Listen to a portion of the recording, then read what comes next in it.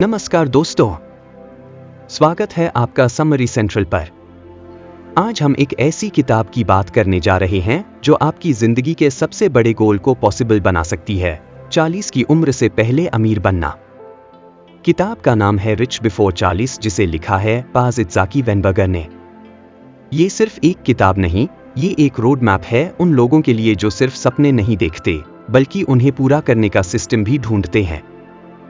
इस किताब में ऑथर ने बहुत ही प्रैक्टिकल तरीके से समझाया है कि कैसे आप अपने 20s या 30s में सही फाइनेंशियल डिसीजंस लेकर 40 से पहले फाइनेंशियल फ्रीडम पा सकते हैं।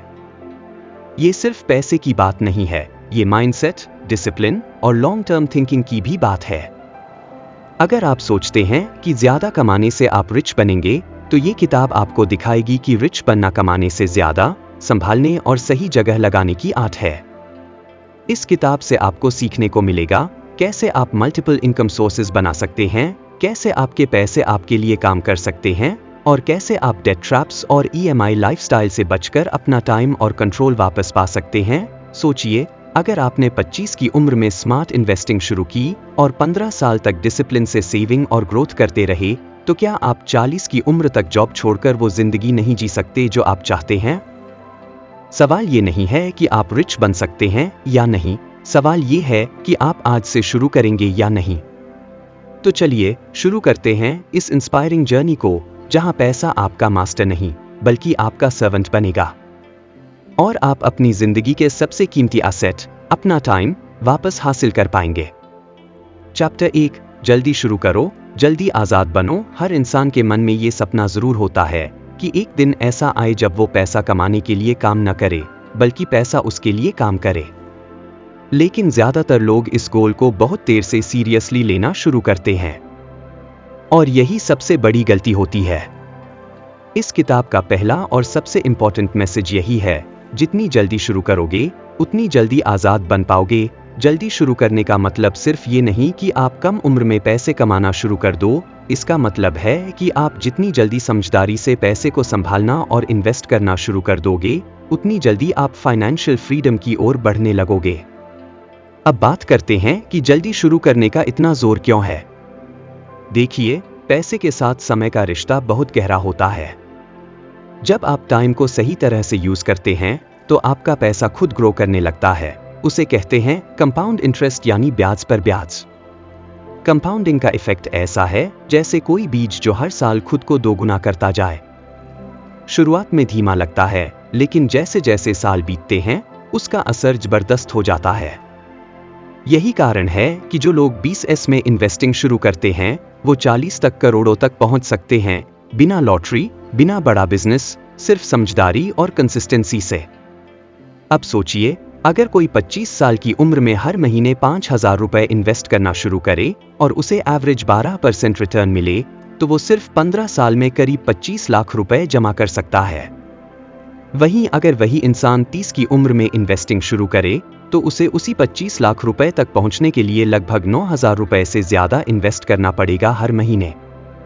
यानी टाइम ना सिर्फ पैसे को ग्रो करता है बल्कि आपकी मेहनत भी कम कर देता है। जल्दी शुरू करना आपको फ्यूचर में प्रेशर से बचाता है। लेकिन अब सवाल आता है, शुरुआत करें कैसे? बहुत से लोग सोचते हैं कि पैसे कम हो तो इन्वेस्ट नहीं कर सकते, लेकिन सच्चाई ये है कि छोटे अमाउंट से ही हैबिट बनती है। चाहे 500 रुपए हो या 1,000 रुपए, आपको सिर्फ हैबिट शुरू करनी है, अमाउंट बाद में बढ़ेगा। आप सिर्फ सिस्टमैटिक इन्वेस्टमेंट प्लान से म्यूचुअल फंड्स में इन्वेस्ट करना शुरू कर सकते हैं या PPF जैसे सेफ इंस्ट्रूमेंट्स में डाल सकते हैं। सबसे जरूरी बात यह है कि जो पैसा आप इन्वेस्ट करते हैं उसे डेली खर्च के पैसे से अलग रखें। एक अलग अकाउंट बना लें और हर महीने इन्वेस्टमेंट को ऑटोमेटिक कर दें, ताकि आपको सोचने की जरूरत ही ना पड़े। अब ये समझिए कि फाइनेंशियल फ्रीडम का मतलब क्या है। इसका मतलब सिर्फ अमीर बनना नहीं है, इसका मतलब है कि आप अपना टाइम खुद कंट्रोल कर सकें। आपको किसी बॉस या नौकरी पर डिपेंड ना रहना पड़े। आप अपनी जिंदगी अपने हिसाब से जी सकें, चाहे ट्रैवल करना हो, कोई नया काम शुरू करना हो या बस फैमिली के साथ क्वालिटी टाइम बिताना हो। और ये सब तभी पॉसिबल है जब आप जल्दी शुरू करें।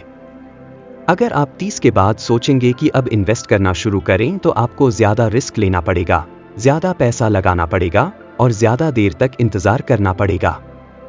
इसलिए स्मार्ट वही है जो टाइम का फायदा उठाए। अब एक रिलेटेबल एग्जाम्पल लेते हैं, राहुल और अमित।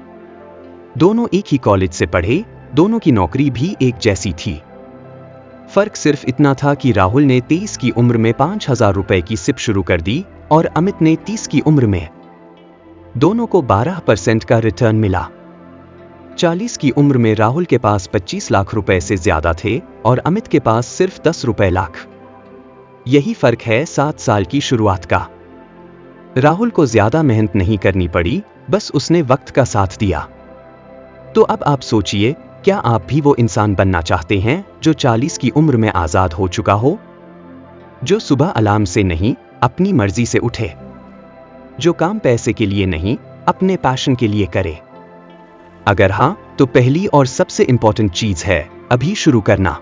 आप जितनी देर करेंगे उतनी मेहनत और सैक्रिफाइस बाद में करनी पड़ेगी। तो आज ही शुरुआत कीजिए, एक छोटी सी सेविंग से, एक छोटा सा स्टेप लेकर। क्योंकि आपकी फाइनेंशियल फ्रीडम किसी लॉटरी या बड़ी सैलरी पर डिपेंड नहीं करती, वो डिपेंड करती है आपके आज के डिसीजंस पर।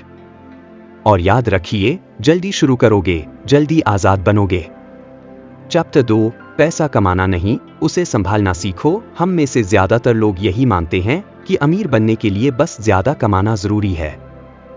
लेकिन अगर सिर्फ कमाना ही सब कुछ होता तो हर हाई सैलरी वाला इंसान करोड़पति होता। लेकिन ऐसा होता नहीं। ऐसा क्यों? क्योंकि सच्चाई ये है कि पैसे को कमाना एक स्किल है, लेकिन उसे संभालना एक माइंडसेट। और जब तक ये माइंडसेट नहीं बदलता, तब तक इनकम बढ़ने के बाद भी फाइनेंशियल स्ट्रेस बना रहता है। इसीलिए इस किताब का दूसरा नियम यही कहता है, पैसा कमाना नहीं, उसे संभालना सीखो। जिंदगी में बहुत से लोग लाखों कमाते हैं, लेकिन महीने के आखिरी हफ्ते में उनके अकाउंट में कुछ नहीं बचता। दूसरी तरफ ऐसे लोग भी होते हैं जो कम कमाते हैं, लेकिन फिर भी आराम से रहते हैं, सेविंग करते हैं, इन्वेस्ट करते हैं और धीरे धीरे अमीर बनते हैं। फर्क सिर्फ इनकम का नहीं होता, फर्क होता है मनी बिहेवियर का। सोचिए, अगर कोई इंसान 50,000 रुपए महीने की सैलरी पाता है, लेकिन हर महीने 48,000 रुपए खर्च कर देता है, तो वो सिर्फ 2,000 रुपए बचा पा रहा है। वहीं एक दूसरा इंसान है जिसकी सैलरी 30,000 रुपए है, लेकिन वो 8,000 रुपए बचाता है। तो असल में फाइनेंशियली स्मार्ट कौन हुआ? ज्यादा कमाने वाला या ज्यादा बचाने वाला? जवाब सिंपल है, जो पैसे को समझदारी से मैनेज कर रहा है वही असल में आगे बढ़ रहा है। यही कॉन्सेप्ट इस चैप्टर का कोर है। पैसा कमाने का कोई फायदा नहीं अगर आप उसे संभाल नहीं सकते। और पैसा संभालने का मतलब सिर्फ बचत नहीं है, इसका मतलब है बजटिंग, प्लानिंग और फ्यूचर को ध्यान में रखकर खर्च करना। आजकल लाइफस्टाइल बहुत तेजी से बदल रहा है।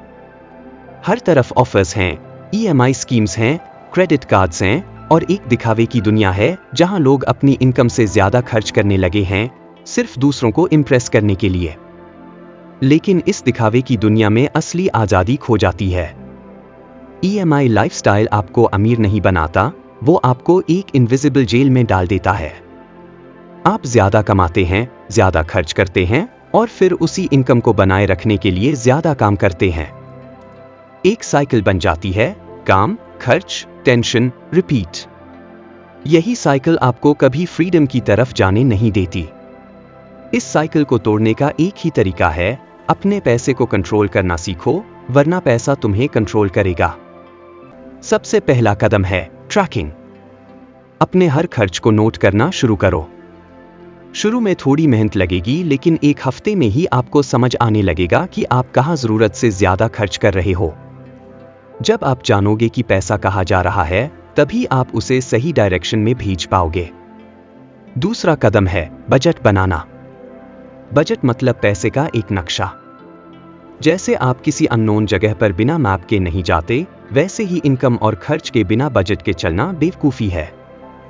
बजट आपको क्लियरली दिखाता है कि महीने में कितना पैसा आ रहा है, कितना जाना चाहिए और कितना बचना चाहिए। जीरो बेस्ड बजटिंग एक बेहतरीन तरीका है जहां हर एक रुपया को कोई न कोई काम दिया जाता है। इससे आपके पैसे का कोई हिस्सा बेकार नहीं जाता। तीसरी जरूरी चीज है ऑटोमेट योर सेविंग्स। जैसे ही सैलरी आए उसी वक्त ऑटो डेबिट से सिप या पीपीएफ में पैसा चला जाए। इससे टेम्पटेशन से बचाव होता है। आप खर्च करने से पहले बचत कर लेते हैं और ये हैबिट बहुत बड़ा फर्क लाती है। क्योंकि सच्चाई ये है कि अगर पैसा आपके अकाउंट में पड़ा रहेगा तो खर्च जरूर होगा, लेकिन अगर वो पैसा छुपा दिया जाए, इन्वेस्ट हो जाए, तो वो ग्रो करेगा। चौथा पॉइंट है फाइनेंशियल गोल्स सेट करना। अगर आपके पास कोई गोल नहीं है तो सेविंग का मोटिवेशन भी नहीं होगा। डिसाइड करें कि आप 1 साल में कितना इमरजेंसी फंड बनाना चाहते हैं, 5 साल में कौन सा एसेट खरीदना चाहते हैं और 10 साल में कितना पैसिव इनकम बनाना है। गोल्स से आपका दिमाग फोकस्ड रहता है और इंपल्सिव खर्च कम हो जाते हैं।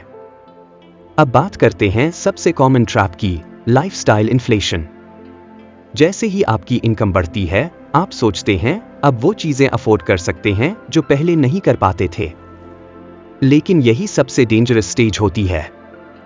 यही वो टाइम होता है जब ज्यादातर लोग फाइनेंशियल फ्रीडम से दूर हो जाते हैं, क्योंकि वो इनकम का बड़ा हिस्सा दिखावे में, गैजेट्स में, नई गाड़ी में, ब्रांडेड कपड़ों में उड़ा देते हैं।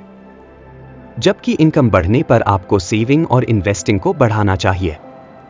एक प्रिंसिपल याद रखिए, जब भी इनकम बढ़े पहले सेविंग बढ़ाओ, खर्च नहीं। यही माइंडसेट आपको बाकी लोगों से अलग करेगा। एग्जाम्पल के तौर पर मान लीजिए प्रिया और नेहा दोनों की सैलरी 70,000 रुपए हो गई।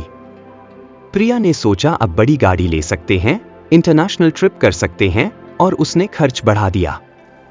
नेहा ने सोचा अब सेविंग डबल कर सकते हैं और उसने 20,000 रुपए सिप में डालने शुरू कर दिए। 10 साल बाद प्रिया के पास सिर्फ मेमोरीज होंगी और नेहा के पास 50 लाख रुपए से ज्यादा की वेल्थ। यही फर्क है संभालने की स्किल का। अब सबसे आखिरी और पावरफुल पॉइंट, माइंडसेट बदलो। खुद से बार बार एक सवाल पूछो, क्या ये चीज मेरी जिंदगी को इंप्रूव करेगी या सिर्फ थोड़ी देर का थ्रिल देगी? अगर जवाब थ्रिल है तो सोचो 2 बार। फाइनेंशियल फ्रीडम उन्हीं को मिलती है जो खुद पर कंट्रोल रखते हैं, जो हर डिसीजन के पीछे सोच रखते हैं। पैसा एक टूल है, आप उसका यूज कैसे करते हैं ये तय करता है कि आप फ्यूचर में फ्री होंगे या फंसे रहेंगे। तो याद रखो, कमाने से ज्यादा जरूरी है संभालना, क्योंकि इनकम तो कभी भी बढ़ सकती है लेकिन हैबिट्स आज से बनती हैं। अगर आप अभी डिसिप्लिन नहीं सीखते तो बाद में बड़ी इनकम भी सिर्फ बड़ी प्रॉब्लम बन जाएगी। पैसा संभालना सीखना मतलब है अपना भविष्य संभालना, और यही असली अमीरी है। चैप्टर 3, एक इनकम पर मत टिके रहो। आज की दुनिया में सिर्फ एक इनकम सोर्स पर टिके रहना वैसा ही है जैसे तूफान में एक पतली लकड़ी के सहारे खड़े रहना, कभी भी गिर सकते हो। ऑथर हमें एक बहुत ही प्रैक्टिकल और नेसेसरी माइंडसेट शिफ्ट सिखाते हैं। सिर्फ एक इनकम पर डिपेंड रहना आज के समय में सबसे बड़ा फाइनेंशियल रिस्क है। जब तक आपके पास मल्टीपल इनकम सोर्सेज नहीं होंगे, तब तक आप सच में सिक्योर नहीं हैं, चाहे आपकी सैलरी कितनी भी अच्छी क्यों न हो। क्योंकि नौकरी आज है, कल नहीं भी हो सकती। कंपनी बदल सकती है, मार्केट क्रैश हो सकता है, या किसी फैमिली इमरजेंसी के कारण आप काम न कर सकें। ऐसे में अगर आपकी पूरी लाइफ एक ही इनकम के सहारे टिकी है, तो आपके सपनों का पूरा सिस्टम एक झटके में कोलैप्स हो सकता है। अब आप सोच सकते हैं, क्या साइड इनकम बनाना इतना आसान है? इसका जवाब है हाँ, लेकिन माइंडसेट से शुरू करना होगा। हमें बचपन से सिर्फ एक ही रास्ता दिखाया गया, पढ़ो, नौकरी करो, फिक्स सैलरी लो और उसी से जिंदगी चलाओ। लेकिन आज की इकोनॉमी बदल चुकी है। आज फ्रीलांसिंग है, कंटेंट क्रिएशन है, ऑनलाइन बिजनेस है, डिजिटल प्रोडक्ट्स हैं, इन्वेस्टमेंट से पैसिव इनकम है, अपॉर्चुनिटीज हर जगह हैं, बस उन्हें पहचानने की नजर चाहिए। अगर आप अपने 20s या 30s में हैं, तो यही वो परफेक्ट समय है जब आप एक से ज्यादा इनकम स्ट्रीम्स पर काम शुरू कर सकते हैं, चाहे वो छोटी हो, लेकिन वो धीरे धीरे आपको फाइनेंशियल फ्रीडम की तरफ ले जाएगी। अब सोचिए, अगर आपकी जॉब से 50,000 रुपए की सैलरी आती है और आप महीने में 10,000 रुपए फ्रीलांसिंग या कोई स्किल बेस्ड सर्विस से कमा लेते हैं, तो आपकी इनकम 60,000 रुपए हो जाती है। अब इमेजिन कीजिए कि यही 10,000 रुपए आप सिप में इन्वेस्ट करते हैं और 15 साल तक करते हैं, तो वो अमाउंट बन सकता है 50 लाख रुपए से ज्यादा। यानी वो साइड इनकम आपको सिर्फ आज के लिए कंफर्ट नहीं दे रही, बल्कि फ्यूचर में आपकी वेल्थ बना रही है। यही पावर है मल्टीपल इनकम की। ये आपको ना सिर्फ फाइनेंशियल स्टेबिलिटी देता है, बल्कि एक तरह की मेंटल पीस भी देता है कि अगर एक रास्ता बंद हो जाए तो दूसरा रास्ता खुला है। अब इम्प्लीमेंटेशन की बात करते हैं। सबसे पहले अपने इंटरेस्ट और स्किल्स को पहचानिए। क्या आपको लिखना पसंद है? कंटेंट राइटिंग या ब्लॉगिंग से इनकम बन सकती है। क्या आप वीडियो एडिटिंग जानते हैं? फ्रीलांसिंग शुरू कीजिए। क्या आपको बच्चों को पढ़ाना पसंद है? ऑनलाइन ट्यूटरिंग शुरू करें। क्या आपको इन्वेस्टिंग में इंटरेस्ट है? स्टॉक मार्केट या म्यूचुअल फंड्स के बारे में सीखिए और धीरे धीरे वहां से पैसिव इनकम बनाइए। इंटरनेट ने सब कुछ पॉसिबल बना दिया है, बस आपको एक्शन लेना है। दूसरा स्टेप है वीकेंड का यूज करना। मान लीजिए आप जॉब करते हैं मंडे टू फ्राइडे, क्या सैटरडे थ्रू संडे को पूरी तरह वेस्ट करना सही है? अगर आप सिर्फ हर वीकेंड बिंज वॉचिंग में बिताते हैं तो आप वो टाइम खो रहे हैं जो आपकी सेकंड इनकम बना सकता था। सिर्फ 5 घंटे हर हफ्ते साइड हसल में देने से भी आप 6 महीनों में एक नया इनकम स्ट्रीम बना सकते हैं। याद रखिए, आप जितना टाइम और एनर्जी एक बार नेटफ्लिक्स बिंज में लगाते हैं, उतना अगर स्किल सीखने में लगाए तो वही स्किल आपकी नेक्स्ट इनकम बन सकती है। तीसरी बात, अपनी फर्स्ट इनकम को ऐसा ट्रीट करो जैसे वो आपकी ओनली सोर्स नहीं है, बल्कि एक फाउंडेशन है फ्यूचर इनकम स्ट्रीम्स बनाने के लिए। अपनी सैलरी से हर महीने एक हिस्सा अपने खुद के बिजनेस आइडियाज या लर्निंग में इन्वेस्ट करो। मान लीजिए आपकी सैलरी 40,000 रुपए है और आप 5,000 रुपए हर महीने किसी ऑनलाइन कोर्स, टूल या मेंटरशिप में लगाते हैं, तो 6 महीनों में आप एक ऐसी स्किल सीख सकते हैं जो हर महीने 10,000 रुपए एक्स्ट्रा ला सकती है। यानी आप खुद को एसेट बना रहे हो। चौथी बात, पैसिव इनकम स्ट्रीम्स की तरफ ध्यान दो। एक्टिव इनकम मतलब आप जितना काम करोगे उतना पैसा मिलेगा, लेकिन पैसिव इनकम में एक बार काम करने के बाद पैसा बार बार आता है। जैसे आप एक ई बुक लिखते हो और उसे ऑनलाइन बेचते हो, वो सालों तक आपको रॉयल्टी दे सकती है। या फिर आप YouTube पर इंफॉर्मेटिव कंटेंट डालते हो, कुछ महीनों में वो चैनल मोनेटाइज होकर रेगुलर इनकम देने लगता है। यही वो तरीका है जिससे लोग आज धीरे धीरे अपनी जॉब छोड़कर पूरी तरह अपने बिजनेस या कंटेंट पर फोकस करने लगे हैं। एक एग्जाम्पल लीजिए, रोहन एक नॉर्मल जॉब करता था 45,000 मंथ की सैलरी पर। उसने वीकेंड्स में ग्राफिक डिजाइनिंग सीखनी शुरू की और 3 महीने बाद फ्रीलांसिंग साइट पर 8,000 मंथ कमाने लगा। अगले 6 महीने में उसने एक इंस्टाग्राम पेज शुरू किया जहां डिजाइनिंग से रिलेटेड टिप्स देने लगा। 1 साल में उस पेज से उसे स्पॉन्सरशिप और टेम्पलेट्स बेचकर 15,000 मंथ एक्स्ट्रा मिलने लगा। यानी 1 साल के अंदर उसकी टोटल इनकम 45,000 रुपए से बढ़कर 68,000 रुपए हो गई और अब उसके पास स्किल है, ऑडियंस है और कंट्रोल है। इसका मतलब ये नहीं कि आपको अपनी जॉब छोड़ देनी चाहिए।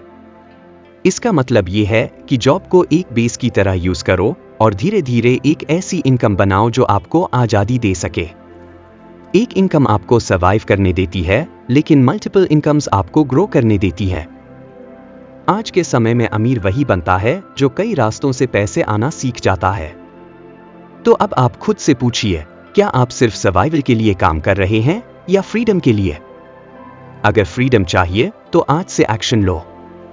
एक छोटी सी स्किल चुनो, सीखो और ऑफर करना शुरू करो। चाहे शुरुआत में 500 रुपए ही क्यों न मिले, वो पहला 500 रुपए आपको लाखों तक पहुंचा सकता है। क्योंकि वो पैसा नहीं, एक बिलीफ होता है कि आप अपनी अर्निंग खुद बना सकते हो। इसलिए याद रखो, एक इनकम पर टिके रहना अब लक्जरी नहीं, खतरा है। जितना जल्दी आप मल्टीपल इनकम बनाने की आदत डालोगे, उतनी जल्दी आप अपने फ्यूचर को सिक्योर कर पाओगे। और यही रास्ता है सच में रिच बनने का, ना सिर्फ पैसों में, बल्कि चॉइसेस में, आजादी में और पीस ऑफ माइंड में। चैप्टर 4, पैसा काम करे, आप नहीं। हम में से ज्यादातर लोग दिन रात मेहनत करते हैं, सुबह से लेकर रात तक, मंडे से लेकर सैटरडे तक, बस इसलिए ताकि हम पैसे कमा सकें, EMI भर सकें और थोड़ी सी जिंदगी जी सकें। लेकिन क्या आपने कभी सोचा है कि ये सिलसिला कब रुकेगा? क्या आप 60 साल तक काम करते रहना चाहते हैं? या आप चाहते हैं कि एक समय ऐसा आए जब पैसा आपके लिए काम करे, न कि आप उसके पीछे भागते रहें? यही इस चैप्टर की सोच है। पैसा एक मजदूर बनाओ, मालिक नहीं। जब तक आप खुद को पैसे का गुलाम बनाए रखेंगे, आप कभी आजादी नहीं पाएंगे। लेकिन जैसे ही आप अपने पैसे को सही जगह लगाना सीख जाते हैं, वो आपके लिए दिन रात काम करने लगता है, बिना थके, बिना छुट्टी मांगे। अब ये कैसे पॉसिबल है? इसका जवाब है एसेट्स। ऐसा कोई भी सिस्टम या चीज जो आपके लिए इनकम जनरेट करे, उसे एसेट कहते हैं। और यही असली अमीरी का सीक्रेट है। अमीर लोग अपना टाइम बेचकर पैसे नहीं कमाते, वो पैसे को स्मार्टली इन्वेस्ट करके एसेट्स बनाते हैं, जैसे rental property, stocks, mutual funds, digital products या कोई भी ऐसा सिस्टम जो एक बार बनाने पर बार बार पैसा लाए।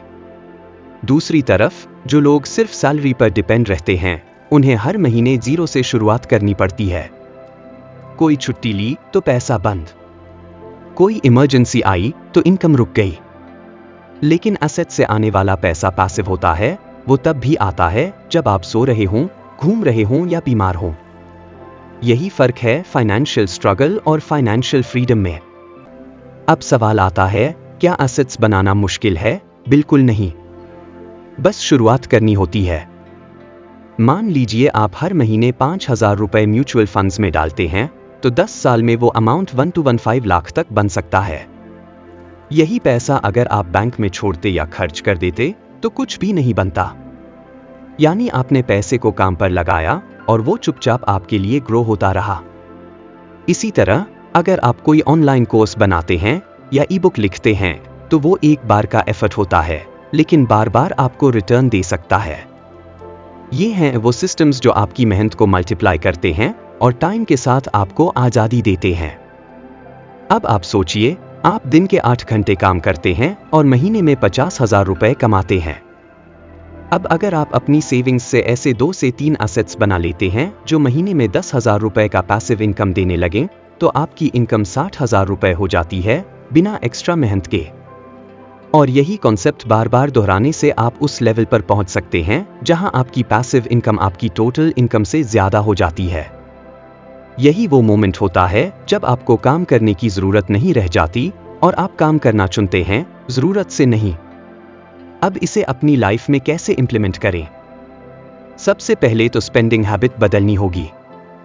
जितना भी एक्स्ट्रा पैसा आपके हाथ में आता है, बोनस, गिफ्ट, साइड इनकम, उसे खर्च करने की बजाय इन्वेस्ट करने की आदत डालिए। दूसरा स्टेप है financial education. Mutual funds, index funds, stocks, REITs, इनके बारे में बेसिक नॉलेज लीजिए। आज यूट्यूब, ब्लॉग्स और ऑडियो बुक्स से आप हर कॉन्सेप्ट घर बैठे सीख सकते हैं। और तीसरा सबसे जरूरी step, long term patience. Passive income और एसेट बिल्डिंग कोई इंस्टेंट नूडल्स नहीं है। इसमें समय लगता है, लेकिन एक बार फ्लो बन गया तो आपको बाकी जिंदगी के लिए मेहनत नहीं करनी पड़ती। अब एक रियल लाइफ एग्जाम्पल समझिए। अंकित एक IT इंजीनियर है और उसकी जॉब से 70,000 रुपए सैलरी आती है। उसने 5 साल पहले 7,000 रुपए महीने की सिप शुरू की थी। आज उसकी इन्वेस्टमेंट वैल्यू 8 लाख रुपए हो गई है और हर साल 80,000 रुपए से ज्यादा रिटर्न आ रहा है, बिना कुछ किए। इसके अलावा उसने एक डिजिटल कोर्स बनाया और सेल करना शुरू किया, जिससे हर महीने 10,000 रुपए आ जाते हैं। अब उसकी टोटल पैसिव इनकम 16,000 रुपए है, यानी हर महीने उसका पैसा काम करता है, वो नहीं। और उसका गोल है कि अगले 5 साल में ये पैसिव इनकम 50,000 रुपए हो जाए, ताकि जॉब छोड़कर अपना काम शुरू कर सके। ऑथर यही समझाते हैं कि जो लोग सिर्फ अपनी मेहनत पर भरोसा करते हैं, वो अपनी बॉडी को धीरे धीरे थकाते जाते हैं। लेकिन जो लोग पैसे को मेहनत करवाना सीख जाते हैं, वही लोग धीरे धीरे सिस्टम बना लेते हैं जो उन्हें आजादी देता है। पैसा आपकी तरफ से काम करे, यही असली सक्सेस है। लेकिन ये सब तब पॉसिबल है जब आप आज से शुरू करें। हर महीने की सेविंग को सही एसेट में इन्वेस्ट करना शुरू करें। चाहे सिप हो, FD हो या कोई सीख कर बनाया गया ऑनलाइन प्रोडक्ट, उसे एक मशीन की तरह ट्रीट करें जो आपके लिए काम कर रहा है। और धीरे धीरे आप देखेंगे कि आपका स्ट्रेस कम हो रहा है, आपकी चॉइसेस बढ़ रही हैं और आपकी लाइफ ज्यादा फ्री हो रही है। तो याद रखो, पैसा कमाने के लिए पूरी जिंदगी मेहनत करने की जरूरत नहीं है, अगर आप शुरू से पैसे को मेहनत करवाना सीख जाओ। आज जो समय और पैसा आपके पास है, वही आपकी फ्यूचर मशीन बन सकता है, बस आपको उसे सही डायरेक्शन में लगाना है। और वो डायरेक्शन है एसेट क्रिएशन, पैसिव इनकम और लॉन्ग टर्म पेशेंस। आपका गोल होना चाहिए एक ऐसा सिस्टम बनाना जो आपको काम करने की आजादी दे, मजबूरी नहीं।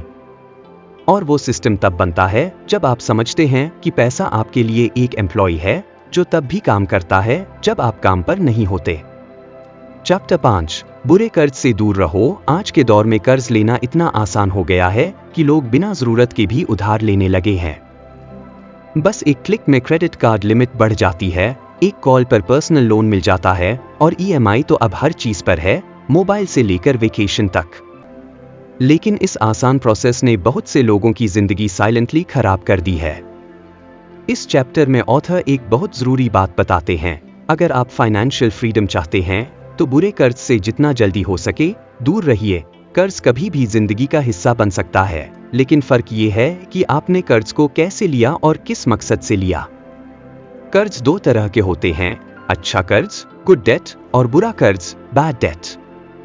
गुड डेट वो होता है जो आपके लिए इनकम या एसेट बनाता है, जैसे एजुकेशन लोन जिससे आप हाई पेइंग जॉब पाते हैं, या बिजनेस लोन जिससे आपकी अर्निंग बढ़ती है।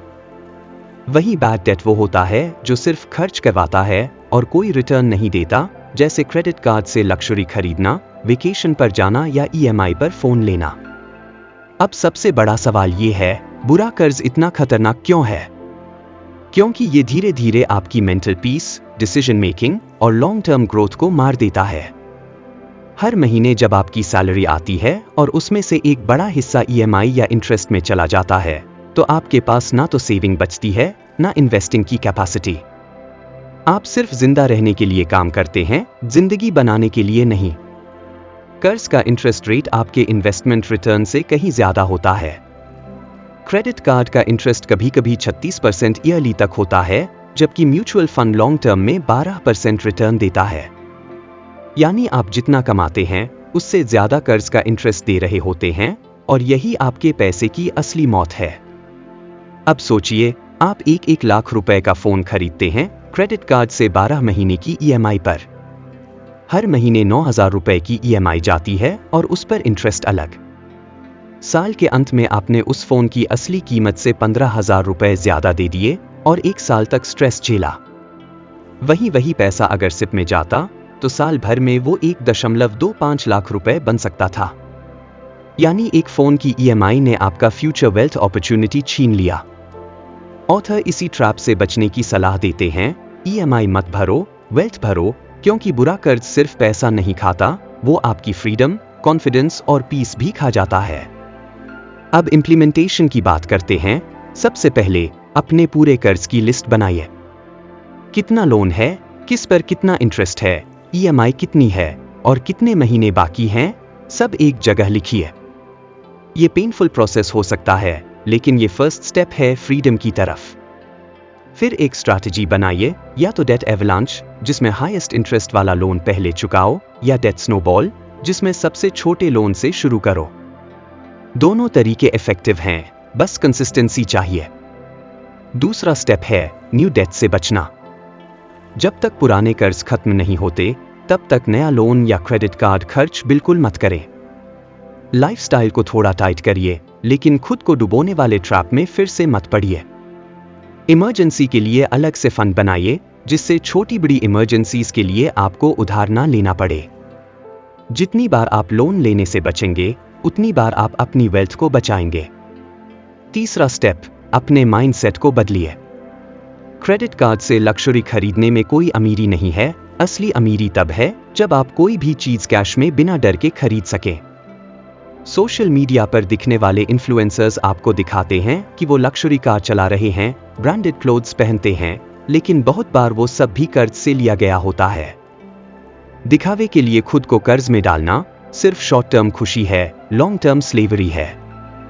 एक रियल एग्जाम्पल लीजिए। करण एक नौकरी पेशा इंसान है जिसकी सैलरी 60,000 रुपए है। उसने 3 क्रेडिट कार्ड्स ले रखे हैं और हर महीने 20,000 रुपए ईएमआई और इंटरेस्ट में चला जाता है। धीरे धीरे वो सेविंग करना बंद कर चुका है और हर महीने टेंशन में जीता है कि अगली ईएमआई कैसे जाएगी। वहीं उसकी ही कंपनी में काम करने वाली प्रिया ने कोई लोन नहीं लिया, अपनी जरूरतें सीमित रखीं और हर महीने 10,000 रुपए सिप में डालती रही। 5 साल बाद प्रिया के पास 8 लाख रुपए का म्यूचुअल फंड पोर्टफोलियो है और करण के पास सिर्फ ईएमआई की रिसीट्स। यही फर्क है बुरे कर्ज और समझदारी के डिसीजंस में। अब एक और जरूरी माइंडसेट शिफ्ट, हर कर्ज को बुरा मत मानिए, लेकिन हर चीज कर्ज से लेना भी मत सीखिए। अगर आप एक ऐसा लोन ले रहे हैं जिससे आपकी अर्निंग पावर बढ़ती है तो वो समझदारी है। लेकिन अगर आप लोन सिर्फ इसलिए ले रहे हैं क्योंकि आपको कुछ अभी चाहिए तो वो लालच है। खुद से एक सवाल पूछिए, क्या मैं इस चीज के बिना भी रह सकता हूं? अगर जवाब हाँ है तो शायद आपको वो चीज नहीं लेनी चाहिए, खासकर अगर वो उधार से आ रही है। अब एक्शन लें। अगर आपके ऊपर अभी कोई कर्ज नहीं है तो बहुत अच्छा, लेकिन खुद से एक वादा करें कि आप फ्यूचर में कोई भी बैड डेट नहीं लेंगे। और अगर आपके पास पहले से कर्ज है तो आज से उसका पूरा रीपेमेंट प्लान तैयार करें। आपकी पहली प्रायोरिटी यही होनी चाहिए कि जितना जल्दी हो सके आप फ्री हों, क्योंकि ईएमआई की जिंदगी ईएमआई की मौत होती है। हर महीने आप किसी और के पैसे के लिए काम कर रहे होते हैं। तो याद रखिए, बुरा कर्ज आपकी आजादी का सबसे बड़ा दुश्मन है। ये आपको धीरे धीरे पकड़ता है और सालों तक आपको परेशान करता है। अमीरी सिर्फ इनकम से नहीं आती, अमीरी आती है कंट्रोल से, अपने पैसे पर, अपने डिसीजंस पर और अपनी लाइफ पर। अगर आप बुरे कर्ज से बच गए तो समझो आपने फाइनेंशियल फ्रीडम की सबसे मुश्किल लड़ाई जीत ली।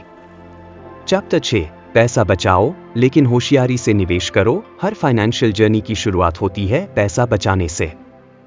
बिना सेविंग के आप कभी भी फाइनेंशियल फ्रीडम की मंजिल तक नहीं पहुंच सकते। लेकिन सिर्फ पैसा बचाना ही काफी नहीं है। बहुत से लोग अपनी इनकम का कुछ हिस्सा बचा लेते हैं, लेकिन वो पैसे को सही जगह इन्वेस्ट नहीं करते। इसका नतीजा ये होता है कि उनकी बचत इन्फ्लेशन के हाथों धीरे धीरे घुल जाती है और उनकी मेहनत का असली फायदा नहीं होता। ऑथर इस चैप्टर में साफ कहते हैं, पैसा बचाना तो जरूरी है, लेकिन उससे भी ज्यादा जरूरी है होशियारी से निवेश करना। यानी आपकी सेविंग को ऐसी जगह लगाना जहां वो ग्रो करे, कंपाउंड हो और आपके लिए समय के साथ ज्यादा पैसे का काम करे। सबसे पहले समझते हैं सेविंग और इन्वेस्टिंग का डिफरेंस। सेविंग मतलब है वो पैसा जो आप रोजमर्रा की जरूरतों या इमरजेंसीज के लिए अलग रखते हैं। ये पैसा आपको अचानक आने वाली मेडिकल इमरजेंसीज, नौकरी छूटने या किसी फैमिली क्राइसिस में फाइनेंशियल कुशन देता है। सेविंग की आदत बिना किसी फाइनेंशियल स्ट्रेस के जिंदगी जीने की पहली सीढ़ी है। इन्वेस्टिंग मतलब उस पैसे को उन असेट्स में लगाना जो समय के साथ बढ़े, जैसे mutual funds, stocks, real estate या बॉन्ड्स। इन्वेस्टिंग आपको सिर्फ बचत से कहीं ज्यादा वेल्थ बनाकर देता है। इसलिए ऑथर कहते हैं कि सेविंग और इन्वेस्टिंग दोनों जरूरी हैं, लेकिन इन्वेस्टिंग आपको लॉन्ग टर्म में फाइनेंशियल फ्रीडम देता है। अब बात आती है कि आप कैसे होशियारी से निवेश करें। सबसे पहले अपनी फाइनेंशियल गोल्स और रिस्क एपेटाइट को समझना जरूरी है। रिस्क एपेटाइट मतलब आपकी जोखिम लेने की क्षमता। अगर आप जवान हैं और आपके पास इन्वेस्टमेंट का लंबा समय है तो आप थोड़ा ज्यादा रिस्क उठा सकते हैं, क्योंकि समय के साथ मार्केट करेक्शंस के बाद पैसा बढ़ जाता है। लेकिन अगर आप रिटायरमेंट के करीब हैं तो आपको कंजर्वेटिव इन्वेस्टमेंट करनी चाहिए ताकि आपका पैसा सुरक्षित रहे।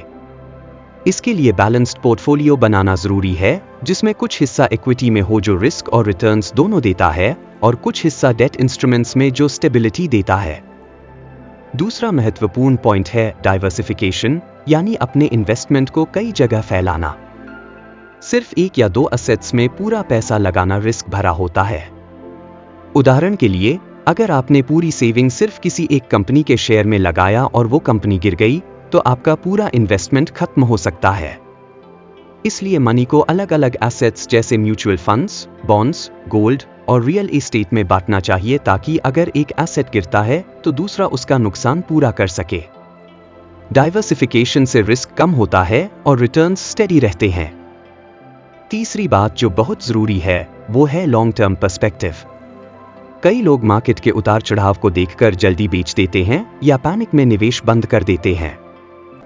लेकिन इन्वेस्टिंग में पेशेंस ही सक्सेस की कुंजी है। अगर आप कम से कम 5 से 10 साल तक अपना पैसा सही जगह निवेश करते हैं, तो कंपाउंड इंटरेस्ट की ताकत आपके पैसे को एक्सपोनेंशियली बढ़ा देता है। यही रीजन है कि धीरे धीरे इन्वेस्ट किया हुआ पैसा कई गुना बढ़ जाता है। उदाहरण के लिए, अगर आपने 5,000 रुपए महीने के हिसाब से सिप में लगाना शुरू किया और 10 साल तक किया, तो मार्केट के अप्स एंड डाउन्स के बावजूद आपका पैसा कई लाख तक पहुंच सकता है। चौथा पॉइंट है फाइनेंशियल एजुकेशन। आज के समय में खुद को इन्फॉर्म्ड रखना बहुत जरूरी है। YouTube, पॉडकास्ट्स, फाइनेंशियल ब्लॉग्स और ई बुक्स से आप निवेश के सही रास्ते सीख सकते हैं। आपको ये समझना होगा कि कौन से इन्वेस्टमेंट आपके लिए बेस्ट हैं और कौन से स्कैम या रिस्की स्कीम्स से बचना चाहिए। अगर जरूरत लगे तो फाइनेंशियल एडवाइजर की मदद लें, लेकिन एडवाइजर चुनते समय उसकी क्रेडिबिलिटी और फीस की भी जांच करें। ज्यादा फीस लेने वाले या क्विक रिच होने के वादे करने वाले एडवाइजर्स से बचें। अपने पैसे को लेकर खुद जागरूक रहना ही सबसे बड़ा बचाव है। अब एक प्रैक्टिकल एग्जाम्पल लेते हैं। मान लीजिए कि नेहा और समीर दोनों ने 50,000 रुपए बचाए। नेहा ने ये पैसे बैंक के फिक्स्ड डिपॉजिट में रखे, जो सालाना 5% इंटरेस्ट देता है। समीर ने 30,000 रुपए म्यूचुअल फंड्स में और 20,000 रुपए PPF में इन्वेस्ट किया। 10 साल बाद नेहा का पैसा लगभग 81,000 रुपए होगा, जबकि समीर के इन्वेस्टमेंट्स 1,25,000 रुपए से ज्यादा हो जाएंगे। इस फर्क का कारण है कि समीर ने ज्यादा रिटर्न देने वाले एसेट्स में निवेश किया और लंबे समय तक पैसा लगाया रखा। यही होशियारी है निवेश करने की। अगला कदम है अपनी इन्वेस्टिंग हैबिट को ऑटोमेटिक बनाना। हर महीने सैलरी आने के साथ ही एक पोर्शन सेविंग और इन्वेस्टिंग के लिए अलग रख दें। ऐसा करने से आपको बार बार सोचने की जरूरत नहीं पड़ेगी कि पैसे कहां लगाएं। कई ऐप्स और बैंक ऑटो डेबिट की सुविधा देते हैं, जिससे आपकी इन्वेस्टमेंट समय पर होती रहे। ये छोटा सा डिसिप्लिन आपकी फाइनेंशियल ग्रोथ में बड़ा बदलाव ला सकता है। अब बात करते हैं कॉमन मिस्टेक्स की, जिन्हें आपको अवॉइड करना चाहिए। पहला, इंपल्सिव इन्वेस्टिंग। किसी भी नई स्कीम या इन्वेस्टमेंट में अचानक पैसे लगाना बिना रिसर्च के बड़ा नुकसान कर सकता है। दूसरा, पैसा लेकर डेट में जाना ताकि इन्वेस्टिंग किया जा सके। अगर आपका कर्ज ज्यादा है तो पहले डेट रीपे करें, क्योंकि हाई इंटरेस्ट लोन्स आपकी वेल्थ को खत्म कर देंगे। तीसरा, स्कैम्स से बचना। बहुत से लोग क्विक रिच होने के लालच में स्कीम्स में फंस जाते हैं, इसलिए हमेशा ट्रस्टेड सोर्सेज से ही निवेश करें। अंत में याद रखें कि इन्वेस्टिंग केवल पैसा लगाने का खेल नहीं है, बल्कि आपकी जिंदगी में डिसिप्लिन, पेशेंस और प्लानिंग का मिश्रण है।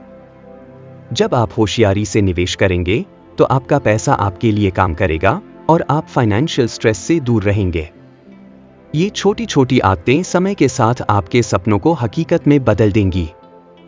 तो इस चैप्टर से टेकअवे ये है कि सिर्फ पैसा बचाना ही काफी नहीं है, उसे सही जगह लगाना भी जरूरी है। होशियारी से निवेश करना आपकी जिंदगी की सबसे बड़ी इन्वेस्टमेंट है, जो आपको आने वाले सालों में फाइनेंशियल फ्रीडम, सिक्योरिटी और पीस ऑफ माइंड देगा। चैप्टर 7, फाइनेंशियल फ्रीडम के लिए क्लियर गोल रखो। फाइनेंशियल फ्रीडम यानी वो मुकाम जहां आपको अपने पैसे की चिंता न हो, आपको अपनी जिंदगी अपनी मर्जी से जीने की पूरी आजादी मिले। लेकिन इस मुकाम तक पहुंचने का पहला और सबसे जरूरी स्टेप है अपने लिए एक क्लियर और साफ फाइनेंशियल गोल सेट करना। बिना गोल के आप जैसे बिना डायरेक्शन के गाड़ी चलाना चाहते हो, जहां मन करे वहां चले जाए, लेकिन इस तरह से मंजिल तक पहुंचना मुश्किल है। इसलिए ऑथर इस चैप्टर में बताते हैं कि क्यों गोल सेटिंग आपकी फाइनेंशियल जर्नी का सबसे इंपॉर्टेंट हिस्सा है और कैसे सही गोल आपको अमीरी की ओर ले जाता है। सबसे पहले बात करते हैं कि गोल क्यों जरूरी है। जब आपके पास क्लियर टारगेट होता है, तो आपकी डिसीजंस और एक्शंस फोकस्ड होते हैं। आप पता कर पाते हैं कि कितना पैसा बचाना है, कहां इन्वेस्ट करना है और किस समय तक कौन सी फाइनेंशियल माइलस्टोन पूरी करनी है। बिना गोल के सेविंग और इन्वेस्टिंग रैंडम हो जाता है और अक्सर लोग जल्दी हार जाते हैं या गलत रास्ते पर चले जाते हैं। गोल्स आपकी मेहनत को एक दिशा देते हैं, जिससे आप मोटिवेटेड रहते हैं और अपना पैसा सही जगह लगा पाते हैं। अब बात करते हैं कि फाइनेंशियल गोल कैसे सेट करें। सबसे पहले अपने लाइफ के बड़े सपनों और जरूरतों को समझिए, जैसे घर खरीदना, बच्चों की पढ़ाई के लिए पैसे जमा करना, रिटायरमेंट के बाद आराम से रहना या कोई बड़ा ट्रैवल प्लान। हर गोल के लिए अलग अमाउंट और टाइमलाइन होती है। गोल को स्पेसिफिक, मेजरेबल, अचीवेबल, रेलेवेंट और टाइम बाउंड यानी स्मार्ट रखना चाहिए। उदाहरण के लिए, मैं 5 साल में 30 लाख रुपए जमा करना चाहता हूं ताकि अपना घर खरीद सकूं। ये एक क्लियर गोल है। इसके बिना सिर्फ मैं अमीर बनना चाहता हूं कहना वेग है और काम नहीं करता। दूसरा जरूरी स्टेप है गोल्स को कैटेगराइज करना। शॉर्ट टर्म गोल्स 1 से 3 साल, मीडियम टर्म गोल्स 3 से 7 साल और लॉन्ग टर्म गोल्स 7+ साल में डिवाइड करें। शॉर्ट टर्म गोल्स में इमरजेंसी फंड बनाना, क्रेडिट कार्ड डेट खत्म करना आ सकता है।